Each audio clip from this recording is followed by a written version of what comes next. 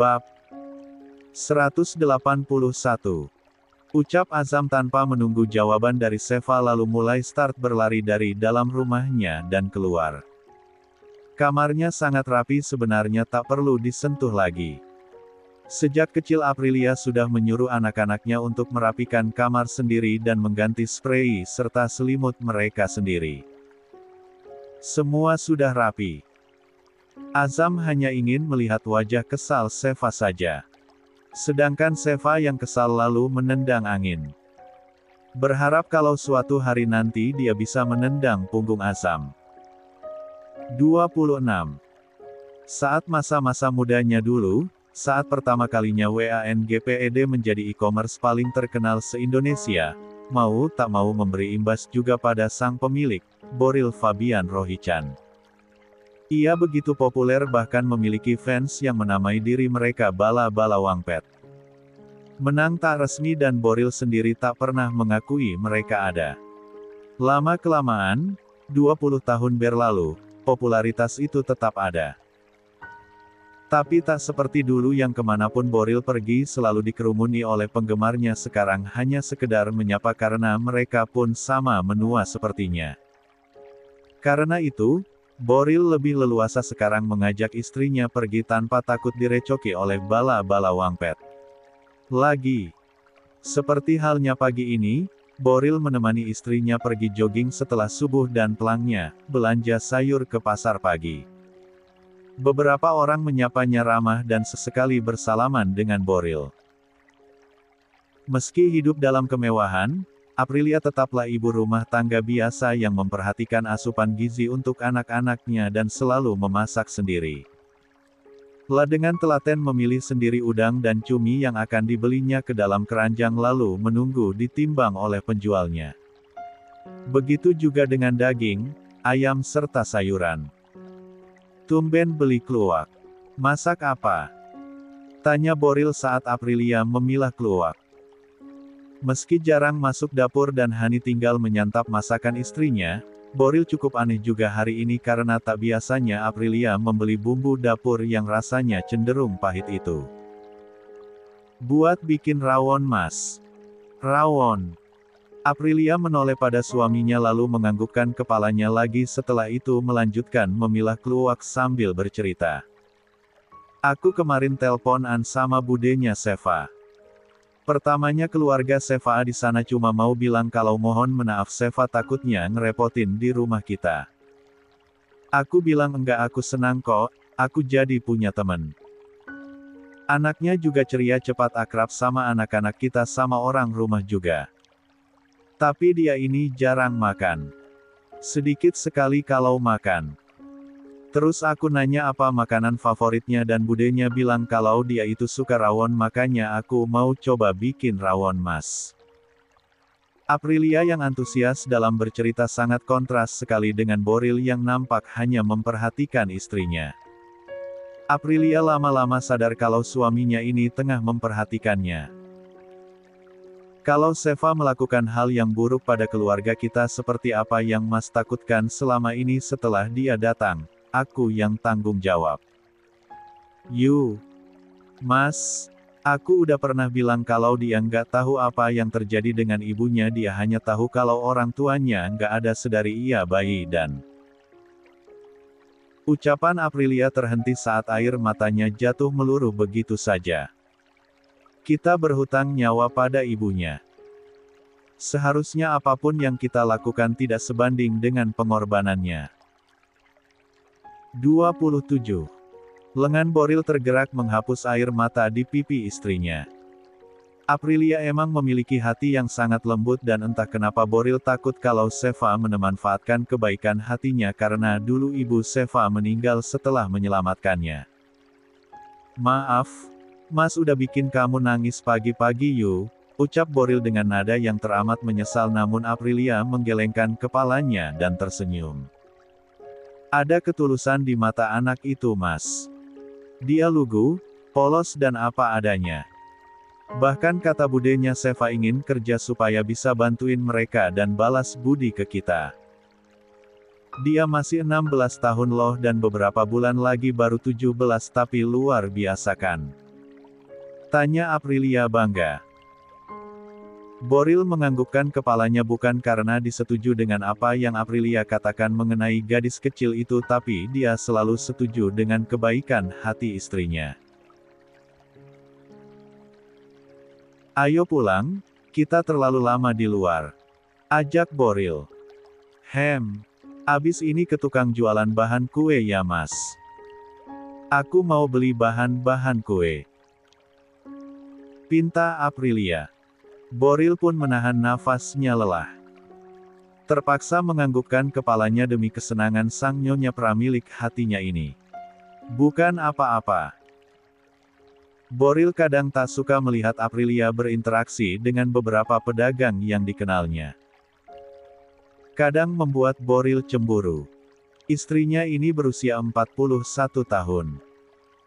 Tak berkurang sedikit pun cantiknya, keluar aura dewasanya, ditambah sifat ramahnya pada semua orang membuat Aprilia menjadi mudah mendapatkan teman.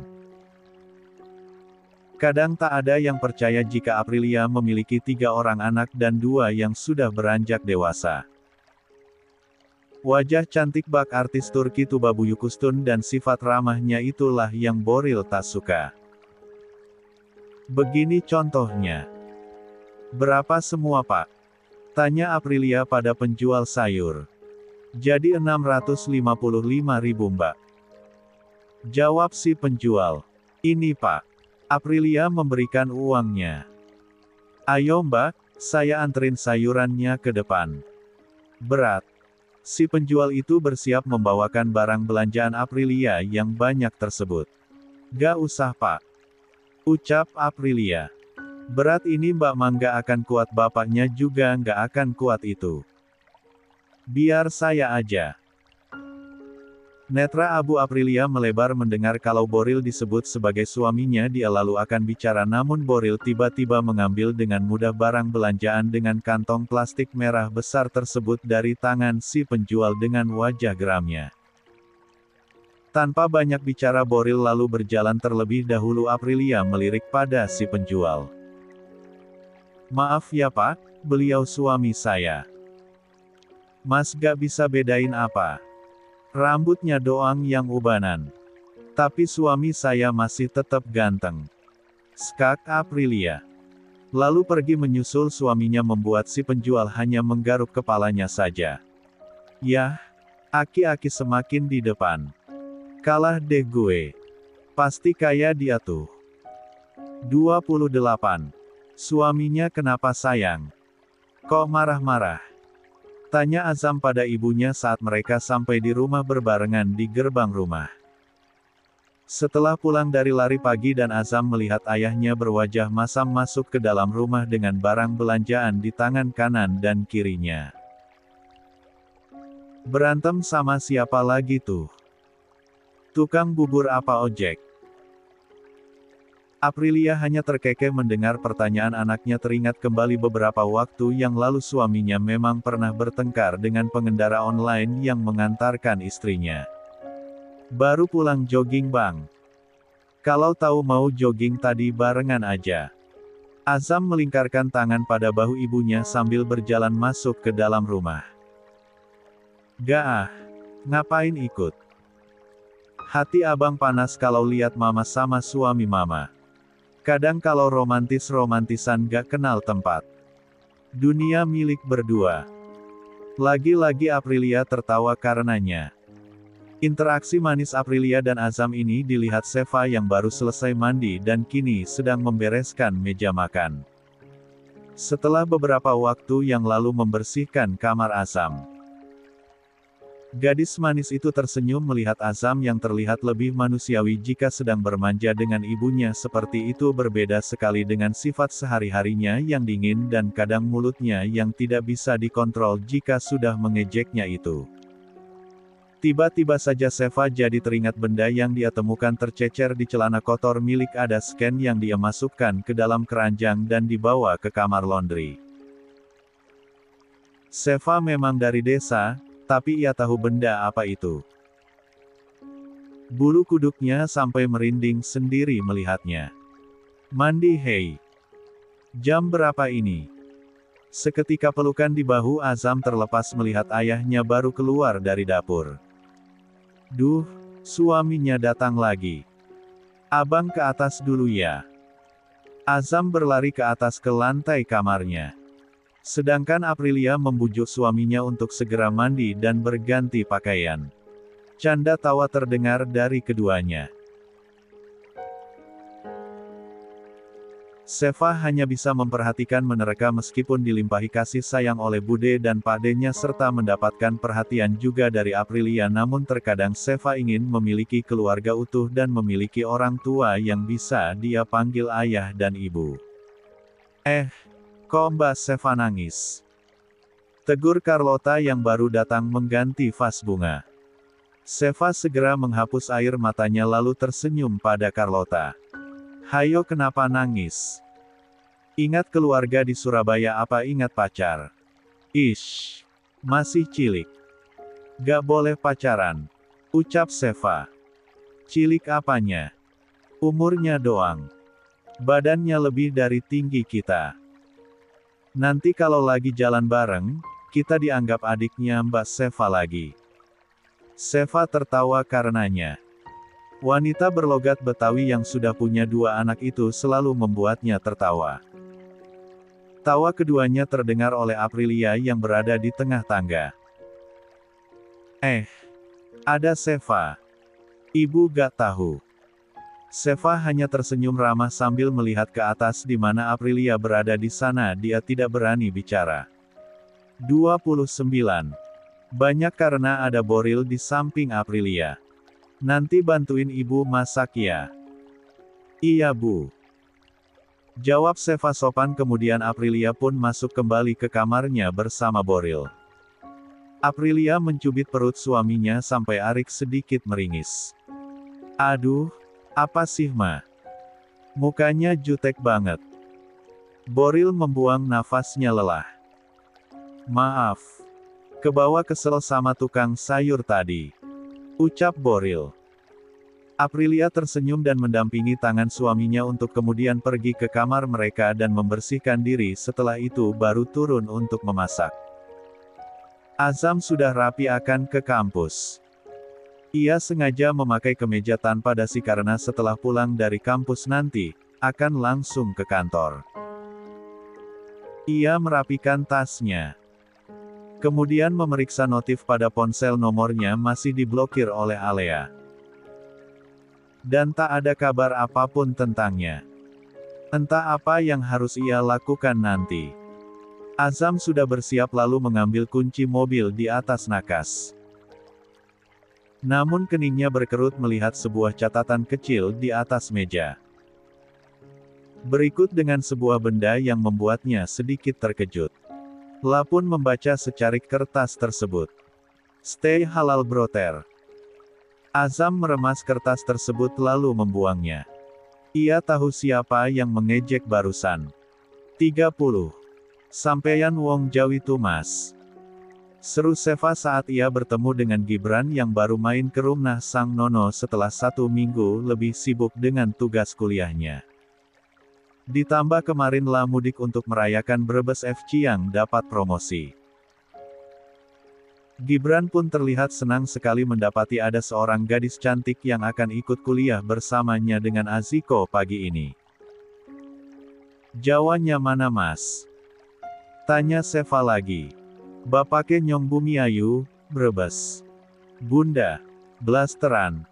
Mandailing Julu, Jerman, Rokan Hulu Karo Depok. Cuma Nyong kawit cilik kawit lahir kiye di Jakarta. Jelas Gibran dengan mengabsen satu persatu leluhurnya. Seva tersenyum meski kurang paham. Yang La tahu kalau Aprilia itu adalah istri kedua setelah istri pertama Boril wafat. Dan Gibran ini adalah putra dari Stella. Putri pertama Boril. Dengan demikian adalah cucu mereka. Baiklah, untuk sekarang Seva masih bingung dengan silsilah keluarga ini. Belum lagi keluarga yang berada di rumah besar Rohichan yang sering kali datang berkunjung. Seva masih belum hafal nama-namanya, dia hanya ingat Oma Cindy dan gadis yang usianya tak jauh dengannya bernama Gazi. Gazi mudah diingat karena parasnya yang bule tapi berlogat Sunda.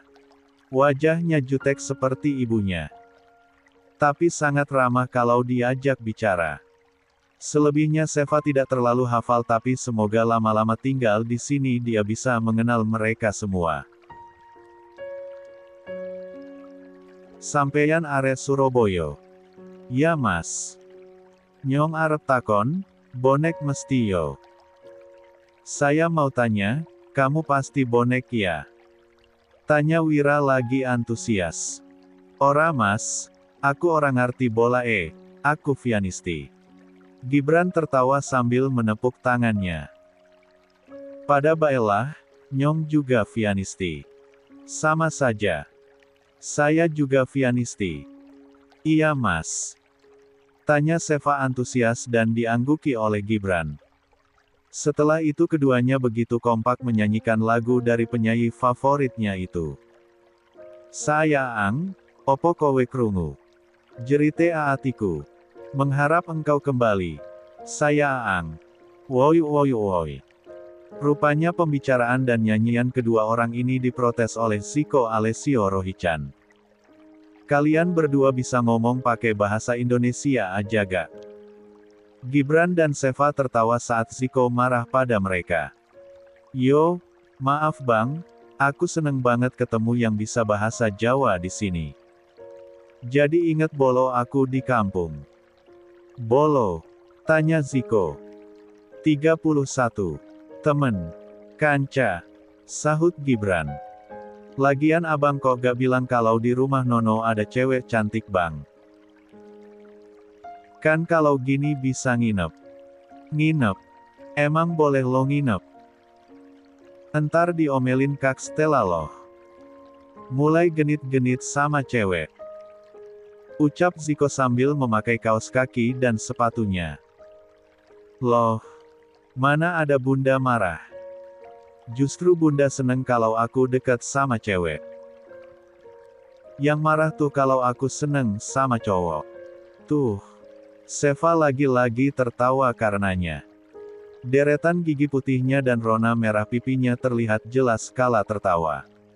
Cantik sekali, khas keayuan gadis-gadis tanah Jawa. Naik motor sama Mas Yo. Ajak Gibran.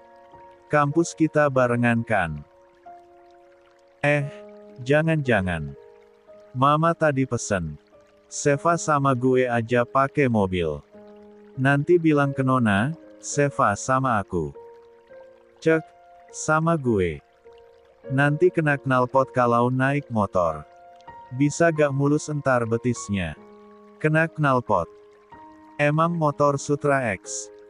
Sembur Gibran. Sama Mas Yo. Ajak Gibran pada Seva. Jangan naik mobilnya abang. Pakai kamper nanti mabok. Enak aja lo. Kenapa ini? Perdebatan Gibran dan Ziko pun terhenti saat Azam turun dari tangga atas. Ia pun sudah rapi untuk berangkat ke kampus. Seva yang tadinya tersenyum terus ketika bicara dengan Gibran dan juga Aziko langsung terdiam saat Azam turun. Apalagi pria itu nampak sangat serius ketika berhenti berjalan dan menatap layar ponselnya, entah apa yang dilihat Azam hingga tampak tegang. Seva tak menyangka jika pria yang sering disebut sebagai anak paling baik dan harapan utama keluarga ini ternyata menyembunyikan hal yang membuat Seva bergidik sampai sekarang. Mungkin begitu memang pergaulan anak kota kebanyakan. Nih, Gibran mau anterin Seva ke kampus.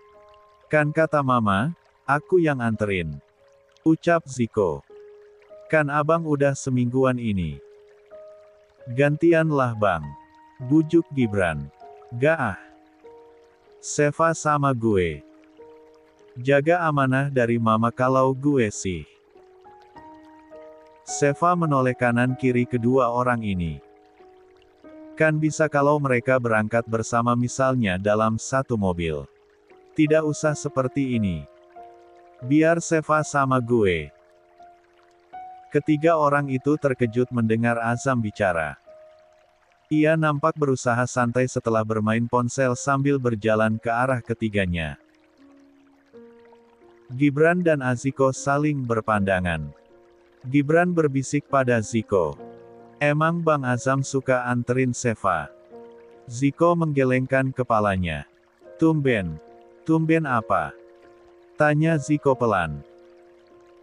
Takut-takut Azam yang sedang berjalan itu mendengar pembicaraan. 32. Mereka. Minat sama cewek. SSSTTT, tegur Seva. Kedua pria tampan generasi ketiga dari Bayu itu berdeham lalu diam saat Azam sudah sampai dekat mereka.